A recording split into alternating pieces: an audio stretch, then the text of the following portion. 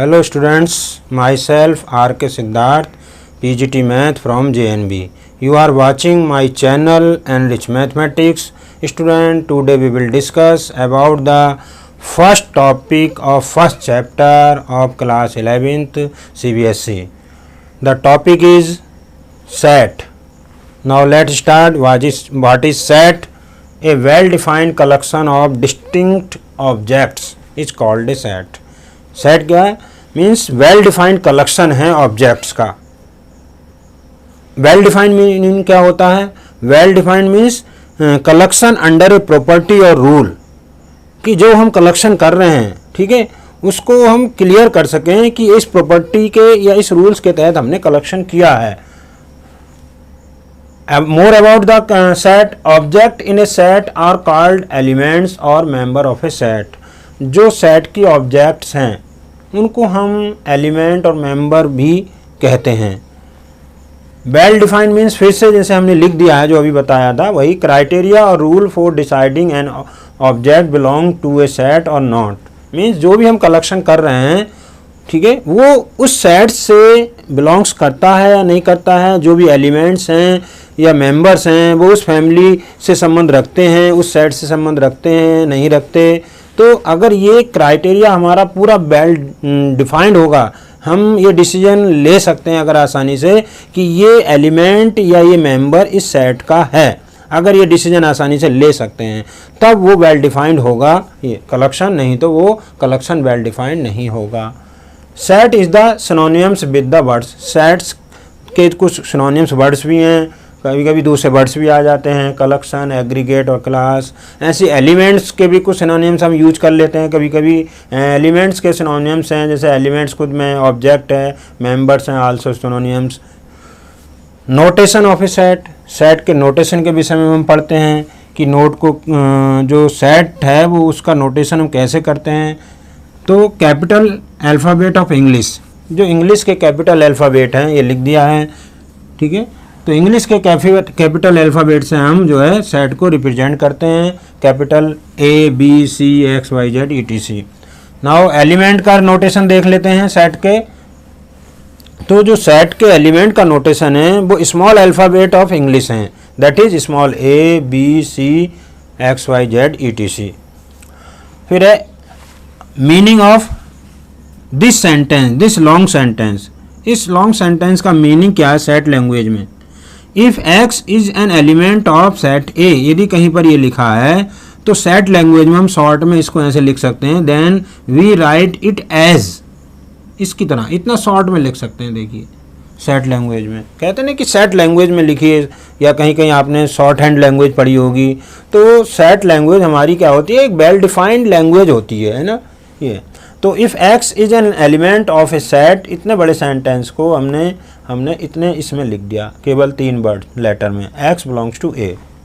तो ये इसकी सेट लैंग्वेज कहलाती है. एंड इसको कैसे रीड करते हैं? Read as x belongs to a, x belongs to a, ये पढ़ा जाता है, एक्स बिलोंग्स टू ए.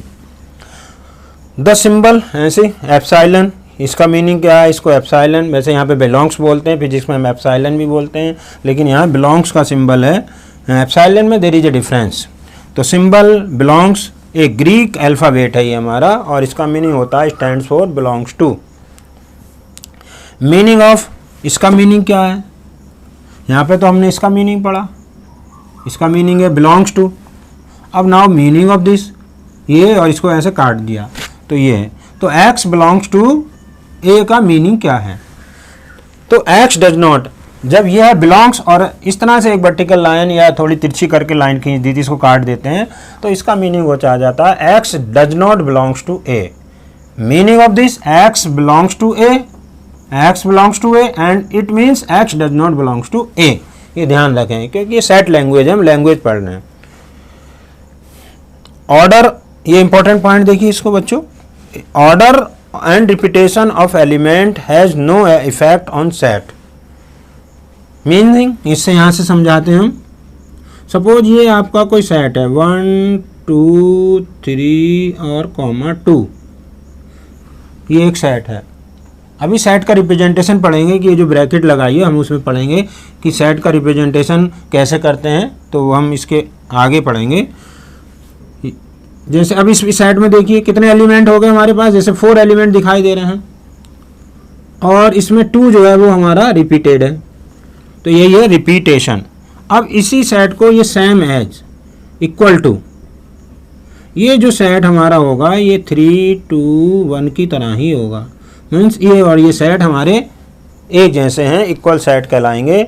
भले से इसमें 4 एलिमेंट दिखाई दे रहे हैं, हो सकता है किसी दूसरे जो टॉपिक में या दूसरे कंसेप्ट में इसका मीनिंग थोड़ा डिफरेंट हो, लेकिन सेट में जहाँ तक बात है तो ये सेट और ये सेट इक्वल हैं, सेम है सेट हैं, है ना। इसमें भी 3 एलिमेंट्स ही काउंट किए जाएंगे, क्योंकि यहाँ पर order and repetition of elements has no effect on set, कोई प्रभाव नहीं डालता है।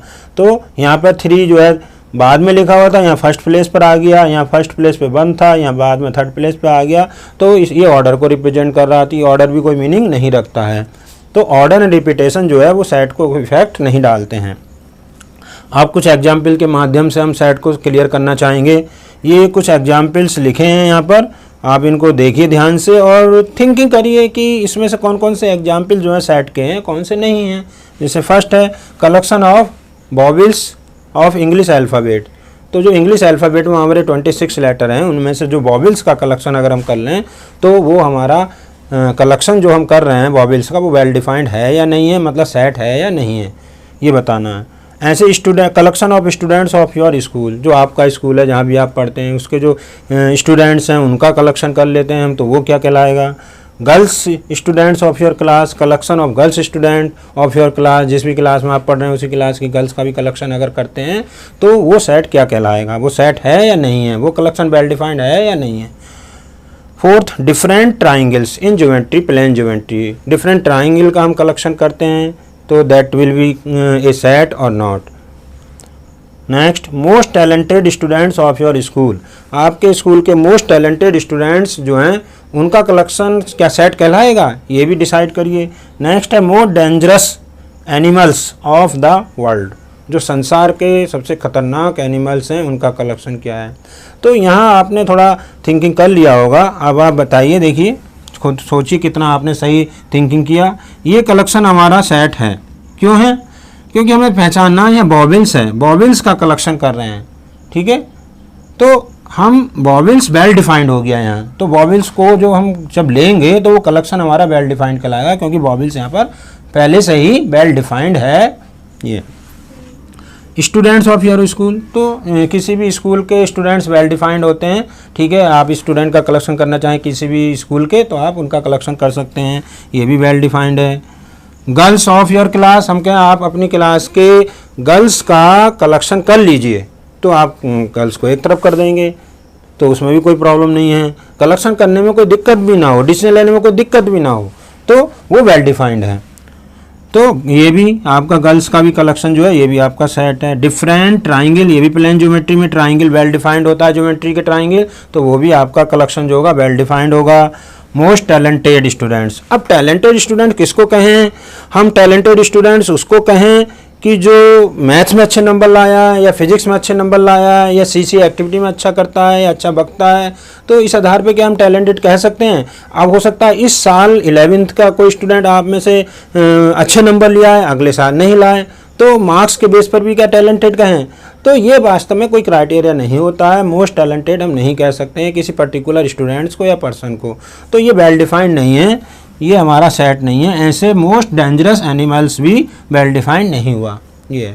तो ऐसे कुछ और एग्जाम्पल्स आप ले सकते हैं, मैथमेटिक्स से ले सकते हैं, दूसरे सब्जेक्ट से ले सकते हैं। जैसे मैथमेटिक्स में हम बता दें कुछ स्टैंडर्ड नोटेशन या स्टैंडर्ड सेट भी हैं, है ना। जैसे एन है set of natural number, set of natural number का ये नोटेशन है, ध्यान रखिए आप, तो ये वेल डिफाइंड है, natural number already well defined है, इसलिए कलेक्शन भी वेल डिफाइंड हो गया। W, W means whole numbers, तो whole numbers are also well defined, previously defined, so this is the set of well defined numbers. Next है integers, आई से represent करेंगे और या जेड से। सेट ऑफ इंटीजर, तो ये स्टैंडर्ड सिंबल है, ध्यान रखिए, आई और Z. Set of integers, I plus set of positive integers, I negative set of negative integers, R set of real numbers, capital R set of real numbers, R plus set of positive real numbers, Q set of rational number, Q plus set of positive rational number, Q plus set of positive rational number, and last is C is a complex number, set of complex number. So these are the notation of some standard sets. Remember these notations. In notations को याद रखिए, ये आगे काफ़ी use होंगे, standard symbol हैं sets के. फिर से set of natural number, set of whole number, set of integers, set of positive integers, set of negative integers, set of real numbers, set of positive real number, set of rational number, set of positive rational number, set of complex number. तो ये बच्चों था set के विषय में एक जानकारी. ठीक है, मैं समझता हूँ आपको मैंने सेट की जो बेसिक कंसेप्ट हैं, जितनी भी इंफॉर्मेशन है सेट के विषय में, वो यहाँ दे दी है.